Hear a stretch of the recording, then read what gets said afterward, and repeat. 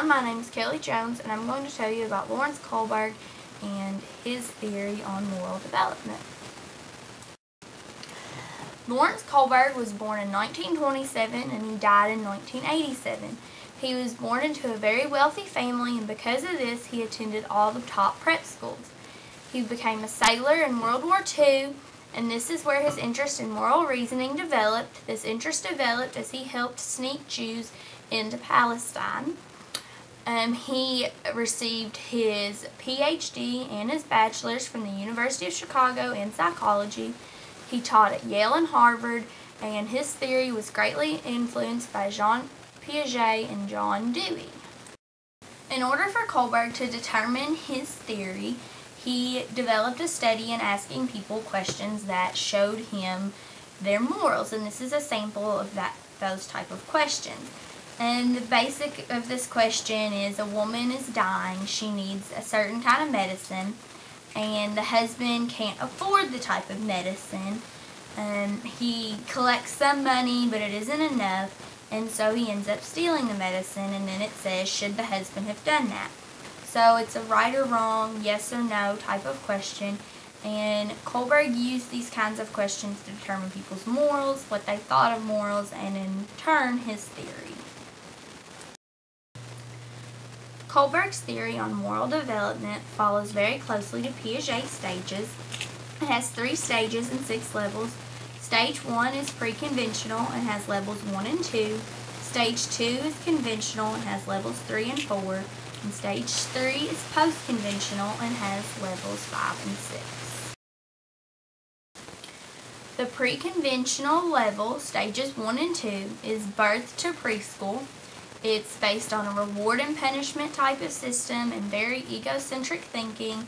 And if you think about children these ages, their favorite word is mine, and they think about them, and they manipulate situations to get what they want. And most people don't think children these ages are capable of manipulating, but if you think about it, a baby is trained from day 1 that if it cries, it gets what it wants, whether that be a diaper change, a bottle, or just to be held. By crying, they get what they want, and so they learn this very early and manipulate situations to get what they want during these stages. The conventional level, stages 3 and 4, involves late elementary to high school ages typically. It involves living up to social expectations, whether it be governmental laws, biblical laws. It involves a lot of conformity, which is seen here in this picture from the popular movie Mean Girls. They all had a pink day, and if you think about the age group and the level of children we'll be teaching, which is middle grade, most students are like this. They try to fit into whatever certain clique that their peers put them in, such as if they're in the redneck clique, they wear their Wranglers and their boots and they dip just because that's what their friends are doing.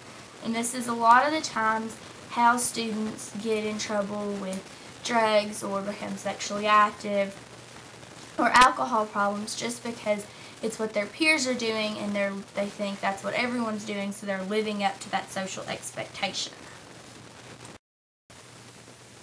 The post-conventional level, stages 5 and 6, some websites say it's hardly ever reached. Other websites say around the college age or through adulthood.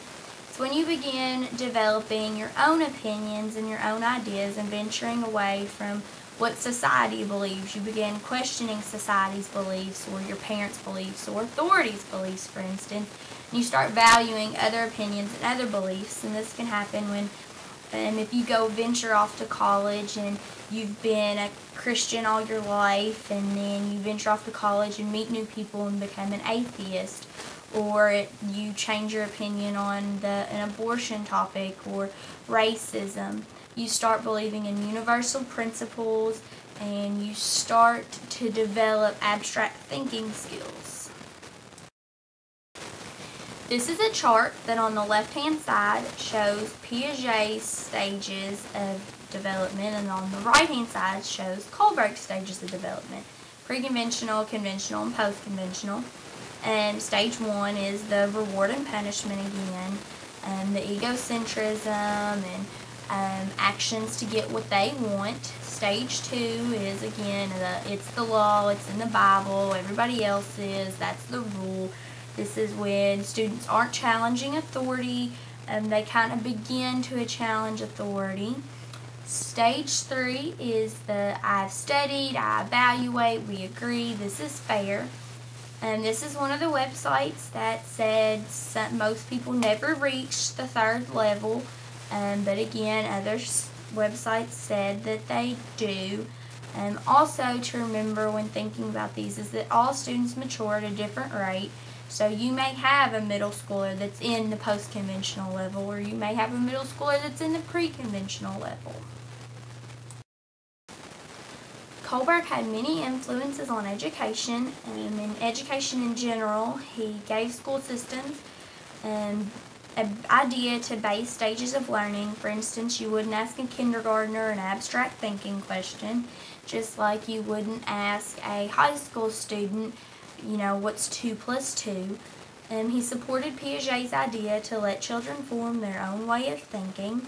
Middle grades, he challenged teachers to challenge students to develop abstract thinking so they will get to that 3rd level of moral development, the post-conventional. He also believed that ethics can be taught throughout school, and that so as middle school teachers, we should continue to teach ethics and try to incorporate it into our curriculum. Doing the research for this podcast reinforced my beliefs that middle school children are, very much about their friends and what their friends think, just like elementary school children are very about what's in it for me, and they follow what their parents think. And it also showed me that in high school and some in middle school, students begin to question authority, and Kohlberg developed all of this, and I hope you learned as much as I did.